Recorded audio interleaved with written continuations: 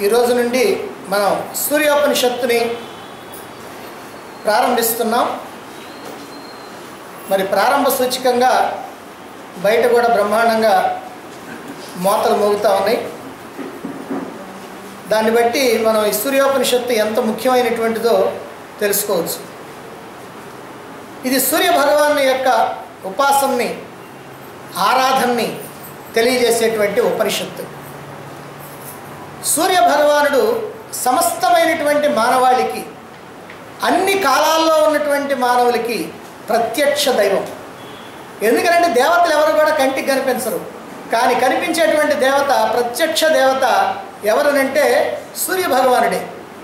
ప్రపంచవ్యాప్తంగా అతి ప్రాచీన కాలం నుంచి కూడా ప్రజలు సూర్యుడిని ఆరాధిస్తూనే ఉన్నారు, సూర్యోపాసన చేస్తూనే ఉన్నారు. సూర్యుడికి అర్ఘ్యం ఇస్తూ ఉంటారు. ప్రతిరోజు కూడా ఉదయం స్నానం చేసేటువంటి సమయంలో నదీ ప్రాంతాల్లో కానీ లేకపోతే ఇంకెక్కడైనా సరే సముద్రంలో కానీ స్నానం చేసేటప్పుడు ఆ సూర్యోపాసన చేస్తూ అర్ఘ్యాన్ని ఇస్తూ ఉంటారు. నిజంగా ఏ దేశంలో వాళ్ళైనా, ఏ మతం వాళ్ళైనా, ఏ భాష వాళ్ళైనా, ఎవరైనా సరే సూర్యుడిని మాత్రం ఉపేక్షించేటువంటి వీలు లేదు. కాకపోతే సూర్యుడు సాక్షాత్తు పరమాత్మ, సాక్షాత్తు భగవంతుడే అనేటువంటి భావన లేనటువంటి వాళ్ళైనా సరే సూర్యుడికి మాత్రం ప్రాధాన్యత ఇస్తూ ఉంటారు. ఎందువల్ల ఇలా జరుగుతుంది అని అంటే, సమస్తమైనటువంటి ప్రాణికోటికి వెలుగుని ప్రసాదించేటువంటి వాడు సూర్యుడు. అంతేకాదు సమస్త ప్రాణికోటికి పోషకుడైనటువంటి వాడు కూడా సూర్య భగవానుడే. పరోక్షంగా ఆయన పోషకుడు, ఇక ప్రత్యక్షంగా ఆయన చైతన్య ప్రదాత, అందరికీ కూడా చైతన్యాన్ని ఇచ్చేటువంటి వాడు. అలాగే మనకి కావలసినటువంటి ఆహారాన్ని, మన దప్పిక తీరటానికి కావలసినటువంటి నీటిని ఇచ్చేటువంటి వాడు కూడా సూర్య భగవానుడే. ఎలాగా చూడండి, సూర్యుడు కనిపించినటువంటి సమయంలో, సూర్యుడు పగటిపూట కనిపిస్తూ ఉంటాడు, అందరూ వాళ్ళ పనులు చేసుకుంటారు, బాగానే ఉంది. సూర్యుడు కనిపించినటువంటి రాత్రి సమయంలో అందరూ కూడా తమో గుణంలోకి వెళ్ళిపోతారు, అంటే నిద్రలోకి జారుకుంటూ ఉంటారు. ఆ సమయంలో శరీరం ఏ పని చేయదు, అచేతనంగా పడి ఉంటుంది. మరి అలాంటి సమయంలో ఏ పని లేకుండా ఉన్నప్పుడు, అచేతనంగా పడి ఉన్నప్పుడు మనలో తమో గుణం బాగా ఉన్నట్టు అన్నమాట. ఎప్పుడైతే మళ్ళీ సూర్యోదయం అవుతూ ఉందో దాంతో ప్రాణులన్నీ కూడా మేలుకుంటాయి, వాళ్ళందరూ చైతన్యవంతులు అవుతారు. ఆ ప్రకారంగా వాళ్ళు వాళ్ళ పనులన్నీ కూడా చేసుకుంటూ ఉంటారు. ఈ ప్రకారంగా సూర్య భగవానుడు సమస్తమైనటువంటి ప్రాణికోటికి చైతన్య ప్రదాత. అంటే సూర్యుడు కనిపించినటువంటి సమయంలో నిద్రలోకి జారుకుంటారు, సూర్యుడు కనిపించడంతో లేచి వాళ్ళ పనులు చేసుకుంటూ ఉంటారు. ఈ చైతన్యాన్ని ఇచ్చేటువంటి వాడు సూర్య భగవానుడు అని. అంతేకాకుండా సూర్యుడు మనకి ఆహారాన్ని, నీటిని పరోక్షంగా ప్రసాదిస్తూ ఉన్నాడు. ఎలా ప్రసాదిస్తూ ఉన్నాడు? సముద్ర జలాల్ని సూర్య భగవానుడే వేడెక్కిస్తూ ఉంటాడు. అంటే సూర్యుడి యొక్క ప్రచండ కిరణాలకి సముద్ర జలం అంతా కూడా వేడెక్కి ఆవిరై పైకి వెళ్ళి మేఘాలుగా మారి, ఆ మేఘాలు ప్రయాణం చేస్తూ ఎక్కడైతే చల్లబడతాయో, ఎక్కడైతే మేఘాలకు అడ్డు తగులుతుందో అక్కడ వర్షం పడుతుంది. ఆ వర్షం కనుక పడితే ఆ వర్షం కారణంగా నదులు, అలాగనే చెరువులు, కుంటలు ఇలా అన్నీ కూడా నిండిపోతూ ఉంటాయి. ఇదంతా కూడా మంచినీరు. నిజంగా ఈ నీరు ఎక్కడి నుంచి వచ్చింది? సముద్రం నుంచి వచ్చింది. సముద్రంలో ఉండేది ఉప్పు నీరు. అది తాగి ఎవడైనా దప్పిక తీర్చుకోగలుగుతాడా? ఎవడికి దప్పిక తీరదు, ఇంకా పెరుగుద్ది. మరి మంచినీరు అయితేనే దప్పిక తీరుద్ది. మరి ఆ మంచినీరు ఎక్కడి నుంచి వస్తూ ఉన్నది? సముద్రం నుంచే వస్తూ ఉన్నది. మరి సముద్రంలో ఉప్పు నీరు కదా ఉంది. ఉప్పు నీరు అదిగో అలా ఆవిరై మేఘాలుగా మారి మన దగ్గరికి వచ్చేటప్పటికల్లా అది మంచినీరుగా మారుతూ ఉంది. ఇదంతా సూర్య భగవానుడి యొక్క ప్రతాపం, ప్రసాదం. కాబట్టి సూర్య ప్రసాదం వల్ల మనకి ఇలా నీరు వస్తుంది, మన దప్పిక తీరుతుంది. మరి ఆ సూర్య భగవానుడు ఈ కిరణాలతోటి సముద్ర జలాలను వేడెక్కించి వర్షం పడటం వల్ల మనకి ఈ లోకంలో పంటలు పండుతూ ఉన్నాయి. ఆ పంటలే మనకి ఆహారంగా మారుతూ ఉన్నాయి. ఈ విధంగా సూర్యుడు మనకి ఆహారాన్ని ఇస్తున్నాడు, అలాగనే మన దప్పిక తీరుస్తున్నాడు, అలాగనే మనకి చైతన్యాన్ని కూడా ప్రసాదిస్తూ ఉన్నాడు. ఇక మరొక విషయం ఏమిటంటే వెలుగు. సూర్యుడు నిరంతరం కూడా అట్లా మనకి వెలుగునిస్తూనే ఉంటాడు. ఆయన వెలుగునివ్వటం వల్లనే ఈ లోకంలో మనం అందరం కూడా మన పనులు మనం చేసుకుంటా ఉన్నాం. ప్రతి ప్రాణి కూడా చైతన్యవంతంగా పనిచేస్తూ తనకు కావాల్సిన వాటిని ఆహారాన్ని కానీ మిగిలినటువంటి ఏ అవసరాలైనా సరే సంపాదించుకుంటూ పనిచేస్తున్నాయనంటే సూర్య భగవానుడు ఆ వెలుగునివ్వటం వల్ల. ఆ వెలుగు మనకి రాత్రిపూట రాదు. మరి ఆ రాత్రిపూట వెలుగు రాదు కాబట్టి, అంటే సూర్యుడు మన వైపు కనపడడు కాబట్టి మనకి చీకటిగా ఉంటుంది. ఆ చీకటి సమయంలో మనం ఏం చేస్తాం? దీపాలు వెలిగించుకోవాలి. పూర్వకాలంలో అయితే దీపాలు వెలిగించుకోవాలి, నూనె, ఒత్తి, ప్రమిదలు వేసుకొని. ఈ కాలంలో కనుకైతే కరెంటు. మరి ఇవన్నీ కూడా ఖర్చుతో కూడుకున్నాయి. ఏ ఖర్చు లేకుండా మనకి పగలల్లా కూడా అంత కావలసినంత వెలుగుని ప్రసాదించేటువంటి వాడు సూర్య భగవానుడు. అందువల్ల సూర్యుడు ఇట్లా సమస్తమైనటువంటి జనులకు కూడా మేలు చేసేటువంటి వాడు. అందుకే మన యొక్క పురాణాల్లో, ఇతిహాసాల్లో సూర్య భగవానుడికి సంబంధించినటువంటి అనేకమైనటువంటి కథలు, గాథలు, అనేకమైనటువంటి మహాత్యాలు చెప్పబడ్డాయి. పైపైన చూస్తే ఈ కథలన్నీ కూడా కేవలం కథలుగానే కనిపిస్తూ ఉంటాయి. కానీ లోతుగా ఆలోచన చేస్తే, లోతుగా విచారణ చేస్తే ఆ కథల వెనక ఎంతో పరమార్థం ఉంది. మానవుడు మహాత్ముడుగా, పరమాత్మగా ఎదగటానికి తన యొక్క స్వస్థితి అయినటువంటి ఆత్మస్థితిలో, పరమాత్మ స్థితిలో, మోక్ష స్థితిలో, జీవన్ముక్త స్థితిలో ఉండటానికి కావలసినటువంటి అద్భుతమైనటువంటి జ్ఞానం ఇదిగో ఈ కథల వెనక దాగి ఉంటుంది. ఆధ్యాత్మిక రంగంలో ఉన్నటువంటి వాళ్ళు తమ యొక్క సాధనల్ని సూర్యోపాసనతో, సూర్యారాధనతో ప్రారంభిస్తూ ఉంటారు. ఇది మన దేశంలో కొన్ని ప్రాంతాల్లో చాలా ఆచారంగా అనుసరిస్తూ ఉంటారు. ఈ సూర్యారాధన, ఈ సూర్యోపాసన అనేటువంటిది హిందూ ధర్మంలో విడదీయరానటువంటి ఒక భాగం అనటంలో అతిశయోక్తే లేదు. ఇక మన వేదాల్లో సూర్యుడికి సంబంధించినటువంటి విశేషాలు ఎన్నో ఉన్నాయి. మనకి 4 వేదాలు ఉన్నాయి: ఋగ్వేదం, యజుర్వేదం, సామవేదం, అథర్వవేదం అని. మళ్ళీ యజుర్వేదంలో 2 భాగాలు ఉన్నాయి: కృష్ణ యజుర్వేదం, శుక్ల యజుర్వేదం అని.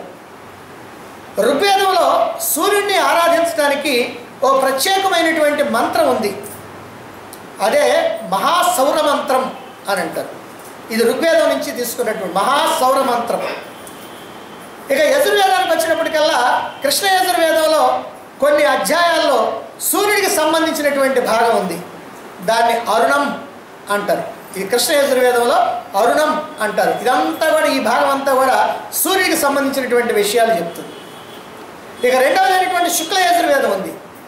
ఈ శుక్ల యజుర్వేదాన్ని సాక్షాత్తు సూర్య భగవానుడే స్వయంగా చెప్తాడు యాజ్ఞవల్క మహర్షికి. యాజ్ఞవల్కుడు అని అంటే వైశంపాయనుడి యొక్క శిష్యుడు.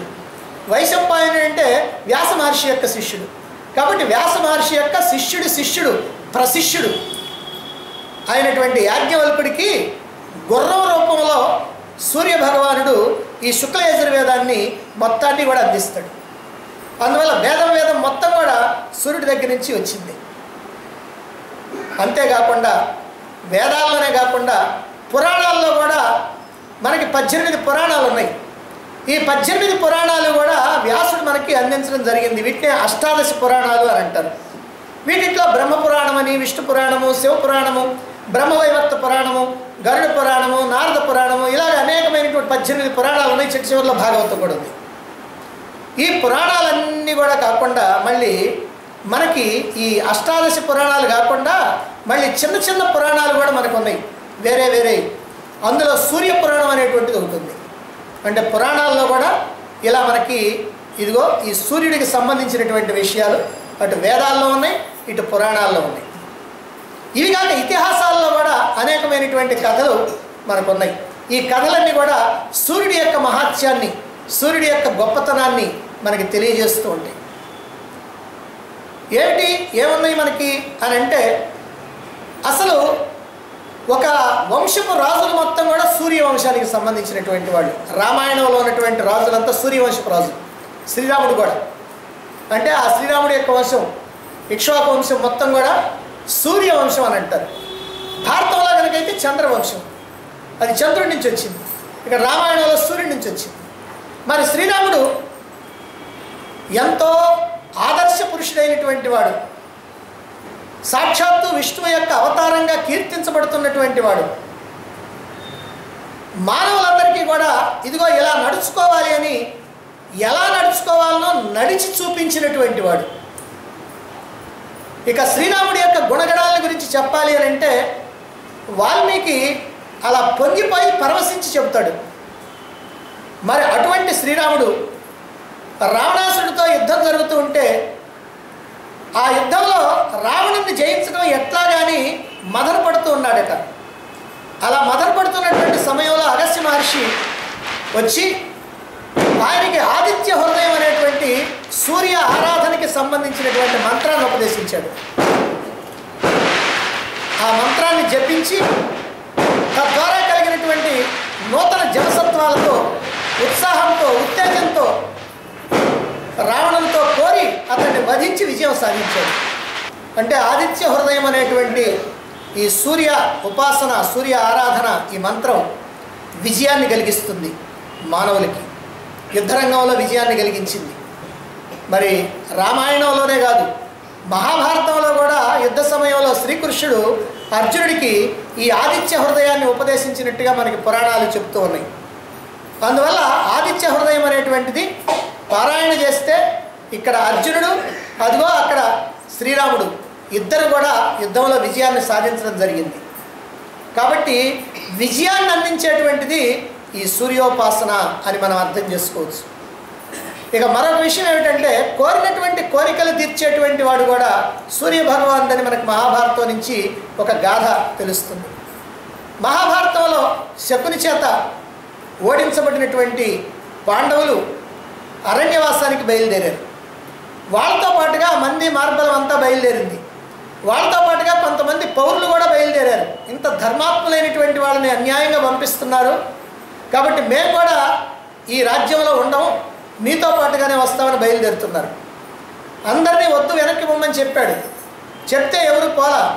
పైగా వాళ్ళు ఏం చెప్పారంటే, ఓ ధర్మరాజా, నువ్వు మా కోసం నువ్వేమి కష్టపడాల్సినటువంటి పని లేదు, మేమే ఏదో రకంగా మా ఆహారాన్ని మేము సంపాదించుకుంటాం, మీకు తోడుగా ఉంటాం, ఏదో మంచి మంచి మాటలు కాస్త మాట్లాడుకుంటా కాలక్షేపం చేద్దాం, మీకు అరణ్యవాస బాధ తెలియకుండా ఉంటుంది అని అనేక విధాలుగా వాళ్ళు చెప్పడం వల్ల మరి ఏం మాట్లాడలేక ధర్మరాజు ఏం చేశాడంటే ఆ సూర్య భగవానుని ప్రార్థించాడు. తండ్రి, ఎలాగా వీళ్ళందరినీ పోషించేటువంటి మార్గం ఏమిటని. అప్పుడు సూర్య భగవానుడు ప్రత్యక్షమై అక్షయ పాత్రని ఇస్తాడు. ఈ అక్షయ పాత్రతో ద్రౌపదీదేవి ప్రతిరోజు కూడా ఎంతమంది అయినా సరే, ఎన్ని వందల మందికైనా సరే, అది అక్షయ పాత్ర, క్షయం లేనటువంటి అక్షయం, ఎంతైనా వస్తూనే ఉంటుంది. అదిగో ఆ రకంగా అందరికీ షడ్రసోపేతంగా భోజనాలు పెడుతూ ఉండేది. అందువల్ల కోరినటువంటి కోరికలు తీర్చేటువంటిది ఇదిగో ఈ సూర్య భగవానుడి యొక్క అనుగ్రహం అని మనం అర్థం చేసుకోవచ్చు. అలాగనే ద్రౌపదికి ఒక సమస్య వచ్చింది అజ్ఞాతవాస కాలంలో. సైరంధ్రిగా విరాట నగరంలో పాండవుల అజ్ఞాతవాస కాలంలో ఉంటూ ఉన్నప్పుడు ద్రౌపది సైరంధ్రిగా విరాట మహారాజు భార్య అయినటువంటి సుధేష్ణ దగ్గర ఉంటూ ఉంది.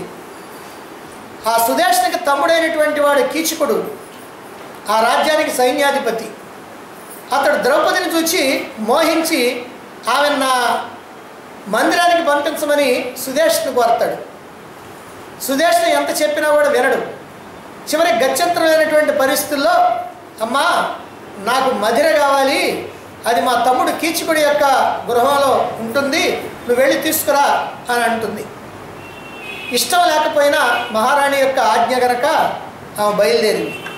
అయితే ఆ కీచకుడి యొక్క దుర్మార్గాన్ని మనస్సులో తలుచుకొని ఎలాగా ఈ ఉపద్రవం నుంచి తప్పించుకోవటం అని మనస్సులో అనేక విధాలుగా మదన చెంది అలా ఎదురుగా కనపడుతున్నటువంటి సూర్య భగవానుడిని చూచి నేను గనక నా పతులను దక్క అన్యుల్ని నా మనస్సులో భావించకుండా ఉన్నటువంటి దాన్ని గనకైతే ఈ కీచకుడి బారి నుంచి నీవు నన్ను రక్షించాలి అని ఆ సూర్య భగవానుడిని ప్రార్థించింది.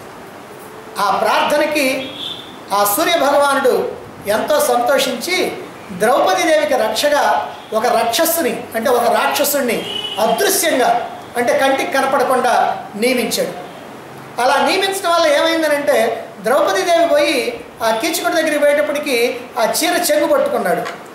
ఒక్కసారి అట్లా విదిలిస్తుంది ద్రౌపది, అంటే చేతితో అట్లా విదిలిస్తుంది. అలా విదిలించేటప్పటికి కీచకుడు అలా దొర్లుకుంటా భయపడ్డాడు. అంటే ద్రౌపదీదేవి అట్లా అనంగానే పడ్డాడా? అలా పడితే ఆ వాడేమి ఎంత మహావీరుడు. కానీ అక్కడ జరిగింది ఏమిటంటే ఈమె ఎప్పుడైతే అట్లా విదిలించిందో ఆ సమయంలో ఈ అజ్ఞాతంలో ఉన్నటువంటి అదృశ్యంగా ఉన్నటువంటి రాక్షసుడు ఒక్క తన్నుదన్నాడు ఆ కీచుకొని. ఆ దెబ్బకు వాడు పొర్లిగింతలు పెట్టుకుంటూ భయపడ్డాడు. అంటే సూర్య భగవానుడు ఆపదలో ఉన్నటువంటి వాళ్ళని రక్షించేవాడు. కాబట్టి యుద్ధాల్లో విజయాన్ని ప్రసాదించేవాడు, కోరినటువంటి కోరికలు తీర్చేటువంటి వాడు, ఆపదల్లో ఉన్నటువంటి అబలని రక్షించేటువంటి వాడు అని మనకు అర్థమైపోయింది. అంతేకాకుండా సూర్య భగవానుడు విద్యాప్రదాత. ఎందుకనంటే ఆంజనేయుడు విద్యలు నేర్చుకోవాలని అనుకున్నప్పుడు ఆయన గురువుగా అదిగో ఆ సూర్య భగవానుడిని ఎంచుకున్నాడు. మరి సూర్య భగవానుడిని ఎంచుకుంటే మరి ఆయన ఎట్లా ఆయనకి విద్యలు చెప్పేది? అందుకని ఈయనే అలా వెళ్ళేవాడంట. ఉదయాద్రి మీద ఒక కాలు, హస్తాద్రి మీద ఒక కాలు పెట్టి సూర్యగమనంతో పాటుగా ఆయన కూడా వెళుతూ సూర్యుడి దగ్గర నుంచి విద్యలు నేర్చుకున్నాడు ఆంజనేయుడు రామాయణంలో. అంటే దీన్ని బట్టి విద్యాప్రదాత అయినటువంటి వాడు ఇదిగో సూర్య భగవానుడు అని మనకు అర్థమవుతుంది. ఇక వీటన్నిటికంటే కూడా ముఖ్యంగా అందరికీ సామాన్యులైనటువంటి వాళ్ళతో సహా అందరికీ కూడా చక్కగా ఉపయోగపడేటువంటిది ఒక సూర్య భగవానుడు చేసేటువంటి మేలు ఏమిటయ్యానంటే ఆరోగ్యం భాస్కరాత్ ఇచ్చేత్ అన్నారు. అంటే భాస్కరుడు అంటే సూర్య భగవానుడు ఆరోగ్యాన్ని ప్రసాదించేటువంటి వాడు. ఇది సంస్కృతంలో ఉన్నటువంటి సూక్తి, ఆరోగ్యం భాస్కరాత్ ఇచ్చేత్ అనేది. అంటే సూర్య భగవానుడి యొక్క ప్రసాదం వల్లనే మనకు ఆరోగ్యం లభిస్తుంది అని. అందుకే సూర్యుడు ఉదయించేటువంటి సమయంలో మనం ఏం చేస్తామనంటే అలా వాకింగ్కి వెళుతూ ఉంటాం.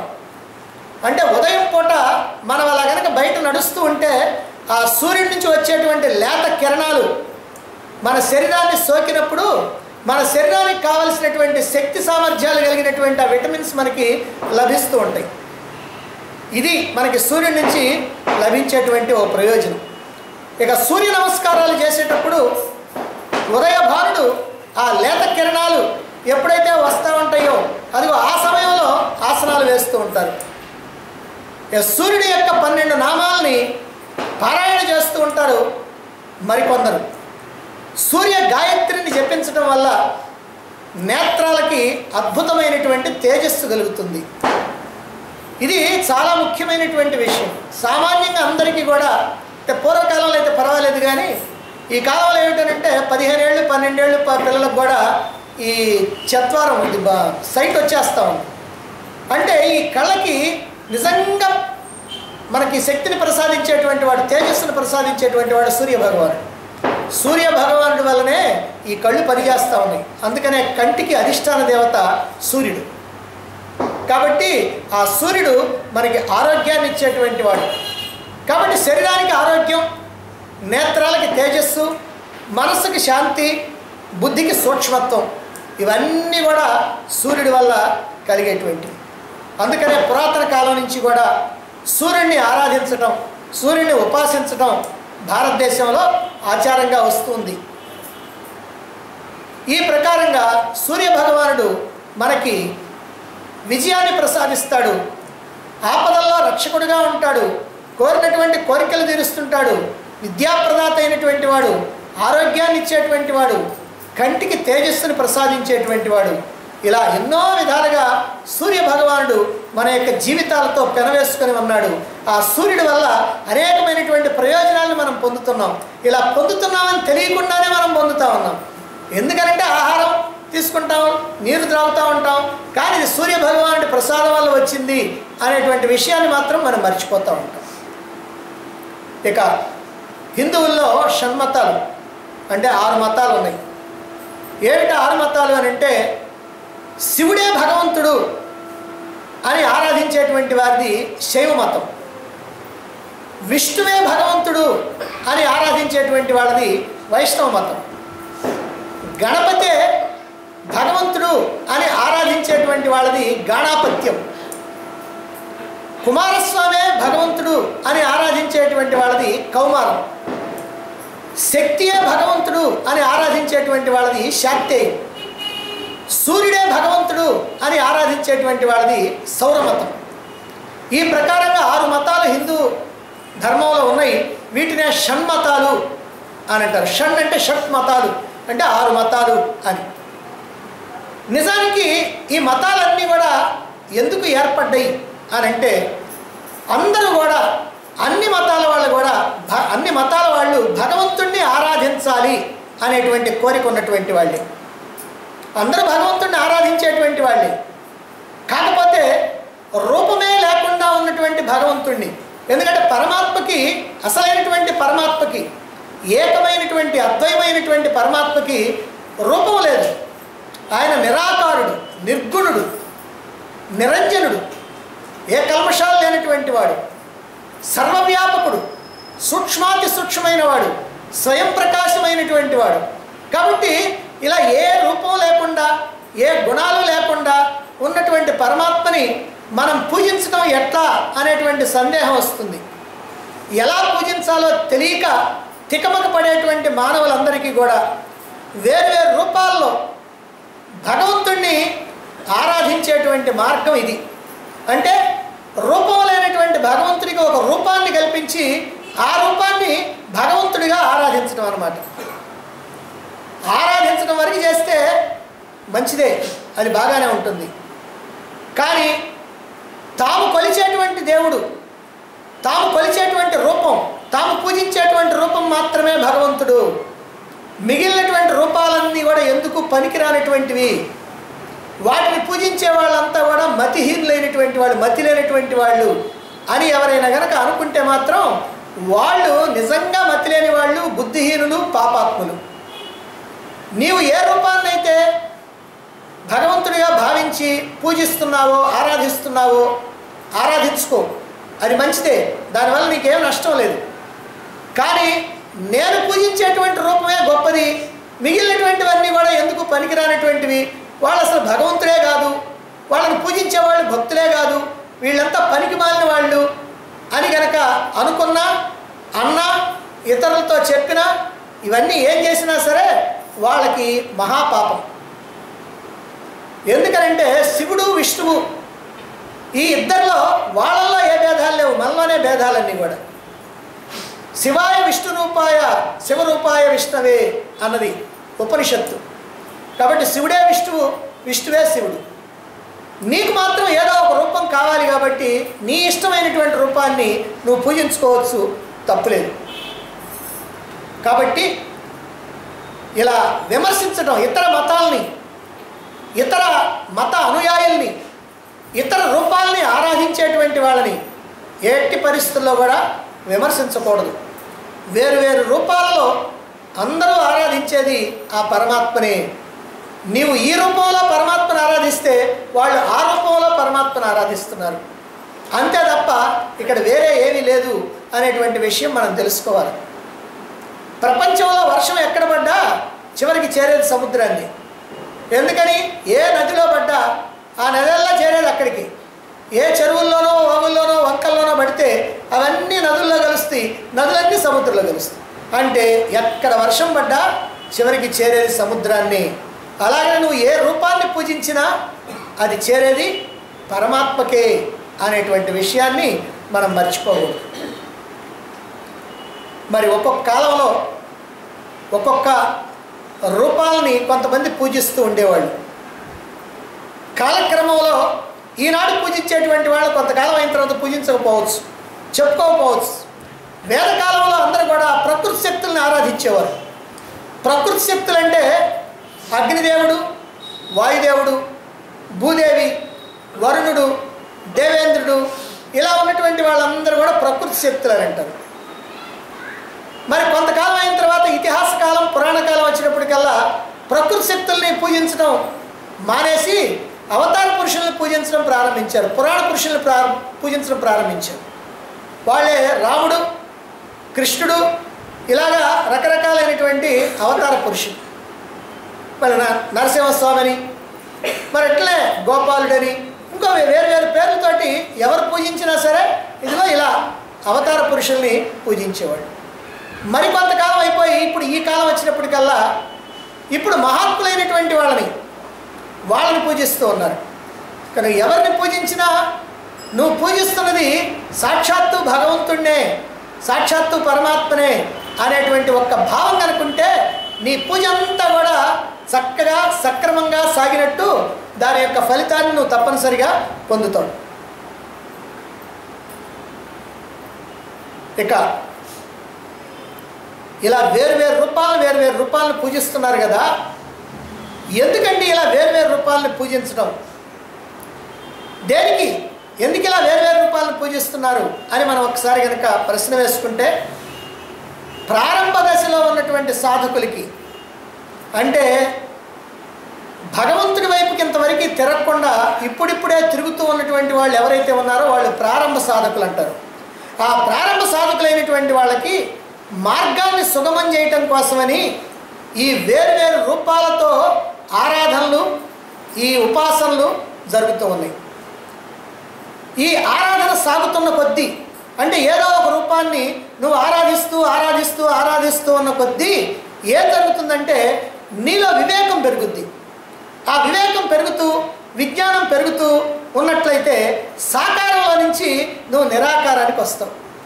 అంటే ఇప్పుడు సాకారాన్ని నువ్వు పూజ చేస్తూ ఉన్నా, ఒక రూపాన్ని నువ్వు పూజ చేస్తూ ఉన్నా, క్రమక్రమంగా నీలో ఎప్పుడైతే వివేకం కలిగిందో, విజ్ఞానం కలిగిందో, ఈ రూపం ఏమిటి, భగవంతుడు అంటున్నావు, అసలు భగవంతుడు అంటే ఏమిటి అని ఒక ప్రశ్న నీలో ఉత్పన్నమవుద్ది. భగవంతుడు అంటే ఏమిటి అనే ప్రశ్న వచ్చినప్పుడు భగవంతుడి గురించి ఎవరు చెబుతారు, ఎక్కడ తెలుస్తుంది అని ఆలోచన వస్తుంది. అలా ఆలోచించినప్పుడు శాస్త్రాలు చెబుతాయి, మహాత్ములు చెప్తారు, గురువులు చెప్తారు, కాబట్టి వాళ్ళ ద్వారా తెలుసుకుందాం అని ప్రయత్నం చేస్తావు, తెలుసుకుంటావు. ఈ ప్రకారంగా తెలుసుకొని పరమాత్మ అంటే అసలు ఆకారం లేనటువంటి వాడు, నిరాకారుడైనటువంటి వాడు, ఏ రూపం లేనటువంటి వాడు అని తెలుసుకొని నీ సాకారోపాసన కాస్త నిరాకారోపాసనగా మారుతుంది. ఈ సాకార ఆరాధన నిరాకార ఆరాధనగా మారుతుందన్నమాట. అట్లా కాకుండా ఎప్పుడు ఎన్ని జన్మలెత్తినా సరే గుడ్డిగా ఈ ఆరాధనలే, ఈ రూపాన్ని నువ్వు ఏ రూపం అయితే అనుకుంటావో ఆ రూపాన్ని అలా పూజిస్తూ ఆరాధిస్తూ ఆ రూపమే భగవంతుడు అనుకుంటూ, ఆ రూపం తప్ప మిగిలిందంతా ఏమీ భగవంతుడు కాదు అని అనుకుంటూ ఎప్పుడైతే ఉన్నావో అలా ఉంటే నువ్వు జీవుడుగానే ఉంటాడు, దేవుడుగానే ఉంటాడు. నువ్వు జీవుడిగా ఉన్నంతకాలం కూడా ఈ లోకంలో సుఖదుఖాలు అనేటువంటివి అనుభవించక తప్పదు. సరేనండి, ఇన్ని రూపాలు ఉన్నాయి కదా, ఎవరు సృష్టించారు? ఈ రూపాలన్నీ ఎవరు సృష్టించారు, ఎందుకు సృష్టించారు, ఎందుకు వచ్చినాయో మనం చెప్పుకున్నాం. ఇప్పుడు అంటే ప్రారంభ సాధకుల కోసం వచ్చినాయి. సాధకుడు అవి చేస్తూ ఉన్నతమైనటువంటి స్థితికి రావడానికి అవి వచ్చింది. అయితే ఇవన్నీ కూడా ఎవరు సృష్టించారు? నిజంగా ఎవరు సృష్టించాల? ఈ వివిధ రూపాలకి సంబంధించినటువంటి సమస్తమైనటువంటి జ్ఞానం, ఈ ఆరాధనలు, ఈ ఉపాసనలు ఇవన్నీ కూడా వేదాల్లో ఉన్నాయి. ఇవన్నీ వేదాల్లో ఉన్నాయి, ఈ రూపాలు వేదాల్లోనే ఉన్నాయి. కాబట్టి ఇవి కొత్తవి మాత్రం కానే కాదు, ఎవరో ఉపుసుపోకకి సృష్టించినవి కాదు. అంతేకాకుండా వేదాలకి అంతలో ఉన్నటువంటి జ్ఞాన భాండాగారాలు ఉన్నాయి, ఉపనిషత్తులు. ఈ ఉపనిషత్తులన్నీ కూడా ఏం చెబుతాయి? ఈ ఉపనిషత్తులన్నీ పరమాత్మ తత్వాన్ని గురించి చెబుతుంటాయి. అయితే కొన్ని ఉపనిషత్తులు ద్వైత ఉపనిషత్తులుగా కనపడతా ఉంటాయి. అంటే ఆయా దేవతలకి సంబంధించినటువంటి ఉపనిషత్తులుగా పైకి మనకు కనిపిస్తూ ఉంటాయి. అలాంటి ఉపనిషత్తులు కూడా మనకి తెలుసు. ఎందుకంటే ఈ 108 ఉపనిషత్తుల్లోనే ఇలాంటి ఉపనిషత్తులు కొన్ని మనకి కనపడతా ఉంటాయి. ఈ 6 దేవతలకి, 6 మతాలకు సంబంధించిన 6 దేవతలకు సంబంధించిన ఉపనిషత్తులు కూడా వేదాల్లో ఉన్నాయి. మనకి తెలుసు కైవల్యోపనిషత్తు, అలాగనే కఠరుద్రోపనిషత్తు, అలాగనే రుద్రహృదయోపనిషత్తు, మరి ఇవన్నీ కూడా శైవానికి సంబంధించినట్టుగా మనకు కనిపిస్తూ ఉంటాయి. ఇక నారాయణోపనిషత్తు, మహానారాయణోపనిషత్తు, కృష్ణోపనిషత్తు, గోపాలతాపిన్యోపనిషత్తు ఇవన్నీనేమో వైష్ణవానికి సంబంధించినవిగా కనపడతా ఉంటాయి. ఇక గణపతి ఉపనిషత్తు ఉంది, అదేమో గాణాపత్యానికి సంబంధించిందిగా. దేవి ఉపనిషత్తు ఉంది, అదేమో శాక్తేయానికి సంబంధించిందిగా. మనం ఇప్పుడు చెప్పుకునేటువంటి సూర్యోపనిషత్తు, అలాగే ఇంకోటి ఉంది అక్షి ఉపనిషత్తు. ఈ రెండునేమో సౌరమతానికి సంబంధించినవిగా. ఇలా ఒక్కొక్క దేవతకి సంబంధించినవిగా మనకి ఉపనిషత్తుల్లోనే ఈ ద్వైతోపనిషత్తులు లాగా కనపడేవి కొన్ని ఉన్నాయి. నిజంగా ద్వైతోపనిషత్తులు కాదు, కానీ పైకి మాత్రం అలా కనపడతా ఉంటాయి. అంటే పై అర్థంతో చూసినప్పుడు ఇవన్నీ కూడా ఆ యొక్క దేవతా రూపాలయానికి చెందినటువంటి మతాలు, ఆ మతాలకు చెందినటువంటి ఉపనిషత్తులుగా మనకు కనిపిస్తూ ఉంటాయి. అయితే లోతైనటువంటి గూఢార్థాలతో మనం కనుక పరిశీలన చేసినట్లయితే అవన్నీ కూడా ఒకే ఒక్క ఆత్మతత్వాన్ని, పరమాత్మతత్వాన్ని, ఆ నిరాకార నిర్గుణ పరమాత్మతత్వాన్ని చెప్పినట్టుగా మనకు తెలుస్తుంది. కాబట్టి ఈ ఉపనిషత్తుల్ని అధ్యయనం చేసేవాళ్ళు చాలా జాగ్రత్తగా ఉండాలి. ఏమిటనంటే వాళ్ళ బుద్ధి సూక్ష్మతతో, అంటే మందబుద్ధితో కాకుండా బుద్ధి సూక్ష్మతతో అందులో చెప్పినటువంటి మంత్రాల యొక్క ఆంతర్యం ఏమిటో, వాటిని మనకు అందించినటువంటి ఋషుల యొక్క ఉద్దేశం ఏమిటో మనం కనుక సూక్ష్మమైనటువంటి బుద్ధితో కనిపెట్టినట్లయితే అప్పుడు ఏమవుతుందనంటే ఈ ఉపనిషత్తులన్నీ కూడా మన యొక్క అర్హతను బట్టి మనం అర్థం చేసుకొని పరమాత్మని అందుకోవటానికి మనకు మార్గాన్ని చూపిస్తాయి. కొన్ని అద్వైత ఉపనిషత్తులు డైరెక్ట్గా పరమాత్మ తత్వాన్ని చెబితే, ఇవి ఇండైరెక్ట్గా అంటే రూపంతో కూడినటువంటి దేవతల గురించి చెబుతూ రూపరహితమైనటువంటి పరమాత్మ దగ్గరికి మనం తీసుకొని పోతాం. ఆంజనేయుడికి శ్రీరాముడు కొంత జ్ఞానాన్ని ఉపదేశించాడు, దాన్ని ముక్తికోపనిషత్తు అంటారు. 108 ఉపనిషత్తుల్లో 108వ ఉపనిషత్తు అది ముక్తికోపనిషత్తు అని అంటారు.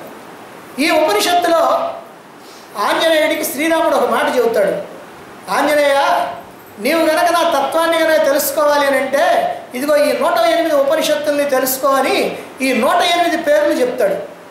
ఆ 108 ఉపనిషత్తుల్లో 71వ ఉపనిషత్తు ఇదిగో ఈ సూర్యోపనిషత్తు. ఇందులో ఉన్నటువంటి మంత్రాలని కనుక మనం ఉపాసన చేసినట్లయితే ఈ సూర్యోపనిషత్తులో దీంట్లో విచిత్రం ఏమిటంటే గాయత్రి మంత్రం ఉంది, సూర్య గాయత్రి ఉంది, సూర్యుడి యొక్క అష్టాక్షరి మహామంత్రం ఉంది. ఈ మహామంత్రాన్ని కనుక మనం జపం చేసినట్లయితే శరీరానికి ఆరోగ్యం, కంటికి తేజస్సు, ఈ రెండు కూడా మనకి లభిస్తాయి. అంతేకాకుండా ఈ ఉపనిషత్తుని, ఈ సూర్యోపనిషత్తుని సూక్ష్మమైనటువంటి బుద్ధితో కనుక అవగాహన చేసుకుంటే పరమాత్మ యొక్క తత్వం మనకు అవగాహన అవుద్ది. పరమాత్మ తత్వం కనుక మనకి అవగాహన అయినట్లయితే, ప్రగాఢమైనటువంటి ధ్యాన తత్పరులైతే సమస్తమైనటువంటి బంధాల నుంచి విడిపోయి ఈ జీవభావాన్ని అంతం చేసుకొని మన యొక్క స్వస్థితిలో, ఆత్మస్థితిలో, పరమాత్మ స్థితిలో మనం నిలిచిపోతాం, ముక్తులం అవుతాం. అంటే ఈ ఉపనిషత్తుని పైన చూసినా నీకు ప్రయోజనమే, లోపల చూసినా ప్రయోజనమే. పైన కనుక చూస్తేనేమో ఆ మంత్రాలను ఉపాసన చేస్తేనేమో శరీరానికి ఆరోగ్యము, కంటికి తేజస్సు కలుగుతుంది. లేదు లోతుగా కనుక అధ్యయనం చేసి అందులో ఉన్నటువంటి భావాలను సరిగ్గా మనం కనుక గ్రహించినట్లయితే అప్పుడేమో మనం పరమాత్మనే అందుకొని ముక్తులు కావడానికి వీలవుతుంది. కాబట్టి ఏ విధంగానైనా సరే ఈ ఉపనిషత్తు చాలా ఉపయోగం. మిగిలినటువంటి ఉపనిషత్తుల పరిస్థితి ఏమిటంటే వాటిని ఎంతో సూక్ష్మమైనటువంటి బుద్ధితో అవగాహన చేసుకోవాలి. వాటిని చెప్పగలిగినటువంటి గురువులే సద్గురువులైనటువంటి వాళ్ళ దగ్గరనే నేర్చుకోవాలి. మరి వాటిని నేర్చుకున్న తర్వాత కూడా నీవు సూక్ష్మమైనటువంటి బుద్ధి ఉండి గ్రహించాలి. ఆ తర్వాత వాటిని జీవితంలో నువ్వు అన్వయించుకొని వాటిని సాధన చేయాలి. కానీ సూర్యోపనిషత్తు అలా కాదు. నీవు మంత్రాన్ని ఉచ్చరించినా చాలు, లేదా ప్రతిరోజు నువ్వు కనుక జపాన్ని చేసినా చాలు, లేదా ప్రతిరోజు సూర్యోపనిషత్తు నువ్వు పారాయణ చేసినా చాలు, వీటి వల్ల ప్రయోజనం ఉంది. లేదంటే ఈ ఉపనిషత్తులో చెప్పినటువంటి భావాలన్నింటినీ, లోతైనటువంటి అర్థాలని, గూఢమైనటువంటి భావాల్ని మనం కనుక తెలుసుకున్నట్లయితే మనం ఆ పరమాత్మ తత్వం ఏమిటో అవగతం చేసుకుంటాం. మన యొక్క సమస్తమైనటువంటి కర్మ బంధనాల నుంచి కూడా విడిపోయి మనం జీవన్ముక్తులు కావటానికి మార్గం చూపిస్తుంది ఈ ఉపనిషత్తు. కాబట్టి జాగ్రత్తగా మనం ఈ ఉపనిషత్తు యొక్క అధ్యయనాన్ని ప్రారంభించాలి. ఇది అధర్వణ వేదానికి చెందినటువంటి ఉపనిషత్తు. మనం ముందుగానే చెప్పుకున్నాం, ఈ ఉపనిషత్తులు అంటే వేదాల నుంచి వచ్చింది కాబట్టి వీటి వేదాలకు అంతంలో ఉన్నాయి కాబట్టి వీటిని వేదాంతం అన్నారు. ఇలాంటి ఉపనిషత్తుల్లో 1180 మొత్తం ఉపనిషత్తులుంటే 108 ఉపనిషత్తులు ప్రధానమైనటువంటివిగా చెబితే అదిగో అందులో ముఖ్యమైనటువంటి దశోపనిషత్తులని 10 ఉపనిషత్తులు ఉన్నాయి. వాటి తర్వాత పేర్కొనదగినటువంటి ఉపనిషత్తుల్లో సూర్యోపనిషత్తు కూడా చాలా ముఖ్యమైనటువంటిది అని మనం ఇక్కడ గ్రహించవచ్చు. ఇక సూర్య భగవానుడి గురించి, ఆయన మనకు చేసేటువంటి మేళ్ళని గురించి, సూర్యుడి యొక్క ప్రసక్తి వేదాల్లో, ఉపనిషత్తుల్లో, ఇతిహాసాల్లో, పురాణాల్లో ఉన్నటువంటి విషయాన్ని గురించి, మరి నానా విధాలైనటువంటి మతాల్లో సౌరమతం అనేటువంటిది, సూర్యుడికి సంబంధించినటువంటి సౌరమతం ఉన్నదని, ఇవన్నీ మనం చెప్పుకున్నాం. ఉపనిషత్తుని గురించి చెప్పుకున్నాం. ఇంతవరకు మీరు విన్నటువంటి ఉపనిషత్తులు ఏవైతే ఉన్నాయో, ఈశావాస్యోపనిషత్తు, కేనోపనిషత్తు, కఠోపనిషత్తు, ముండకోపనిషత్తు, ఇవి విన్నారు ఇంతకుముందు. ఈ ఉపనిషత్తులన్నిటికీ కూడా కాస్త భిన్నమైనటువంటిది, విలక్షణమైనటువంటిది ఈ సూర్యోపనిషత్తు. ఎందుకంటే ఇంతవరకు ఆ ఉపనిషత్తుల్లో మీరు ఆత్మతత్వాన్ని, పరమాత్మ తత్వాన్ని తెలుసుకున్నారు. ఆ పరమాత్మ అనుభూతిని పొందడానికి మార్గాల్ని, ఉపాయాల్ని తెలుసుకున్నారు అందులో. అంటే అది డైరెక్ట్గా మనకి ఏది కావాలో దాన్ని తెలుసుకోవటం, ఆ మార్గంలో మనం ప్రయాణించడం. కానీ ఈ ఉపనిషత్తు ఉపాసనా ప్రధానమైనటువంటి ఉపనిషత్తు. ఇది ఉపాసనా ప్రధానమైనటువంటి. ఇందులో నిరాకార పరమాత్మనేమో అంతర్లీనంగా వర్ణించారు. అంటే డైరెక్ట్గా నిరాకార పరమాత్మ చెప్పాల, అంతర్లీనంగా మనం కాస్త లోతుకు చూస్తేనే ఇది నిరాకార పరమాత్మకు సంబంధించిందని అర్థమవుతుంది. మరి నిరాకార పరమాత్మ యొక్క సాకార సగుణ రూపాన్ని బహిరంగంగా చెప్పారు సూర్యోపనిషత్తులు. నిరాకార పరమాత్మ యొక్క సాకార సగుణ రూపం సూర్యుడు, అదిగో ఆయన్ని బహిరంగంగా వర్ణించారు. ఇక ఉపాసనకి వీలుగా సగుణ రూప సూర్య భగవానుణ్ణి చక్కగా వర్ణించడం జరిగింది. కాబట్టి ఇక్కడ మొత్తం కూడా సాకార నిరాకారాలు రెండూ కలిసి ఉన్నాయి. పైకి సాకారం కనపడుతుంది, లోతుగా ఆలోచిస్తేనే నిరాకారం తెలుస్తుంది. ఈ సాకార సగుణ రూపం నుంచి మనం ఇక్కడ ఆరాధన ప్రారంభం చేస్తున్నాం. సాకార సగుణ రూపం ఏదైతే ఉందో దాని నుంచి ఉపాసన క్రమంగా సాగిస్తూ మన యొక్క దృష్టిని అంతరంగం వైపు కనుక తిప్పినట్లయితే ఇప్పుడు సాకార సగుణ రూపం నుంచి నిరాకార సగుణ రూపంలోకి ప్రవేశిస్తాం. ఈ నిరాకార సగుణ రూపానికి ఎలా మళ్లించాలో ఈ ఉపనిషత్తులోనే మనకి ఉపాయాలు తెలియజేయబడ్డాయి. మరింత పట్టుదలతో, మరింత వివేకంతో మనం సాధనగానే సాగించినట్లయితే ఈ నిరాకార సగుణ రూపం నుంచి నిరాకార నిర్గుణ రూపంలోకి వెళ్తాం. అది మనం వెళ్ళాల్సినటువంటి చివరిది. నిరాకార నిర్గుణ పరమాత్మ, ఆయన్ని చేరాలి. ఆ పరమాత్మను కనుక, అంటే నిరాకార నిర్గుణ పరమాత్మను కనుక ఉపాసించినట్లయితే మనకి ఈ ముక్తి అనేటువంటిది లభిస్తుంది. అయితే ఎలా ఈ నిరాకార నిర్గుణ పరమాత్మను ఉపాసించాలా, ఎలా మనం అనుసంధానం చేసుకోవాలి అనేటువంటి విషయాన్ని ఈ సూర్యోపనిషత్తులో చెప్పడం జరిగింది. ఉపాసన చేసినందువల్ల తక్షణ ఫలితం, లౌకికమైనటువంటి ప్రయోజనాలు ఏం కలుగుతాయో చెప్పాను.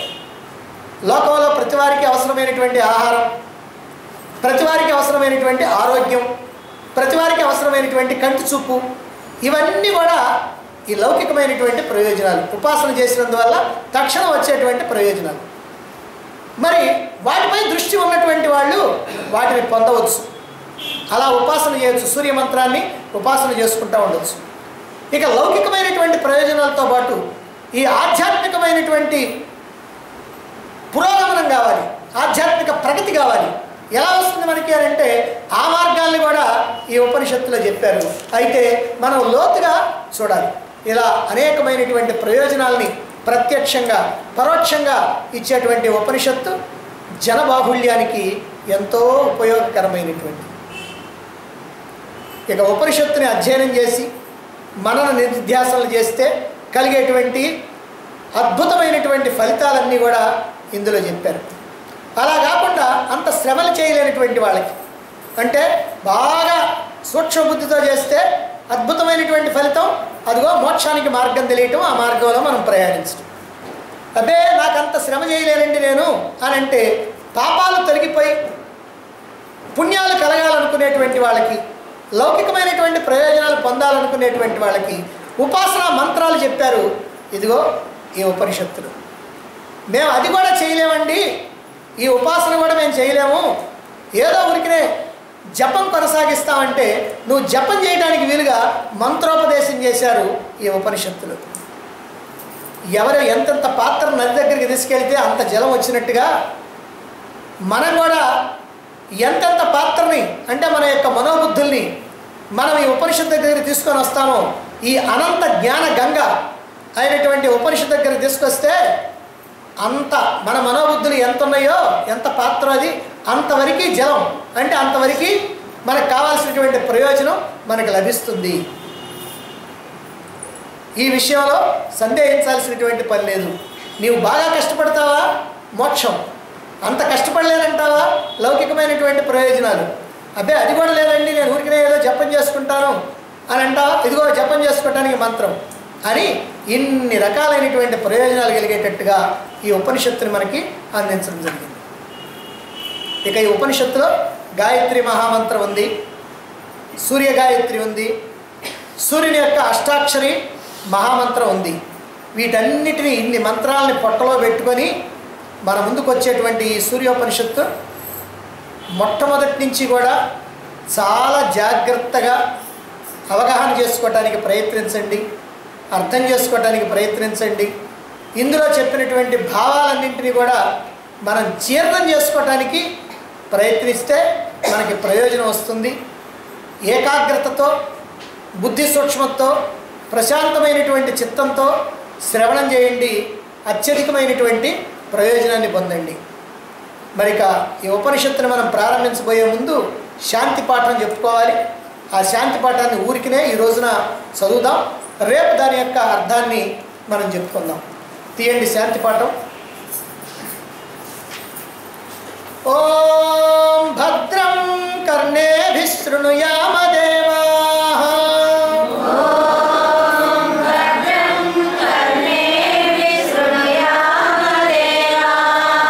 భద్రం పశ్యేమాక్షభిర్యజత్రాః,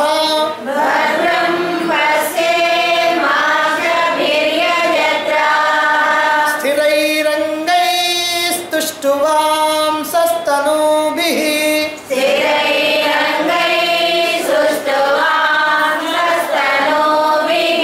యసేమ దేవహితం యదాయుః,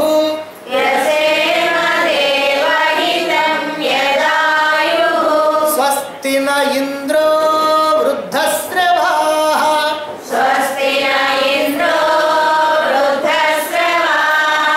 స్వస్తి న పూషా విశ్వవేదాః,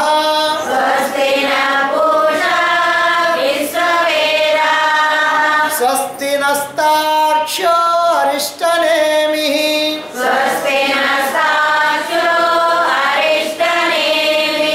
స్వస్తి నో బృహస్పతిర్దధాతు,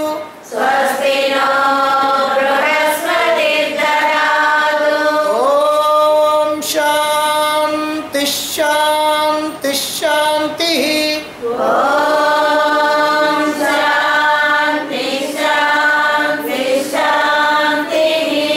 దీని యొక్క అర్థం, దీని యొక్క భావం, దీనిలో ఉన్నటువంటి అంతర్లీనంగా ఉన్నటువంటి ఉద్దేశాలని, ఈ మంత్రం యొక్క అవసరాన్ని, మరి ఉపనిషత్తుల్ని చెప్పుకునేటప్పుడు ఈ శాంతి మంత్రం ఎందుకు చెప్పుకోవాలో ఆ విషయాల్ని, వాటన్నింటిని కూడా మనం రేపు చెప్పుకుందాం.